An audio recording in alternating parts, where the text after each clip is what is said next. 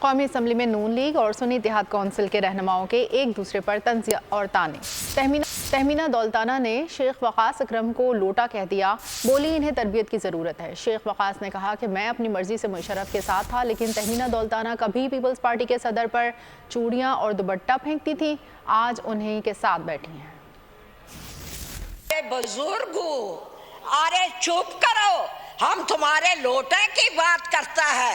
वकास शेख, मैं वोटर की नहीं लोटे की बात करता है। वकास शेख जो इतना बोलता है, एक वक्त हमारे पास था, अब वो आपके पास है, फिर पता नहीं कहां जाएगा। ऐसे लोगों को पकड़ो, ऐसे लोगों को अरे आराम से बैठो। अगर मैं जनरल मुशर्रफ के साथ था, मैं अपनी मर्जी से था, मुझे कोई मलाल नहीं है और मैंने आज तक उसको छोड़ने के बाद उसके खिलाफ बात नहीं की है। मैंने आज तक पीपल्स पार्टी के सामने चूड़ियां और चादरें नहीं फेंकी हैं जाकर, मगर आज आप उनके साथ भी बैठे हैं, जमहूरियत का हुस्न कह सकते हैं आप। सब्सक्राइब करें और बेल दबाएं ताकि कोई खबर रह न जाए।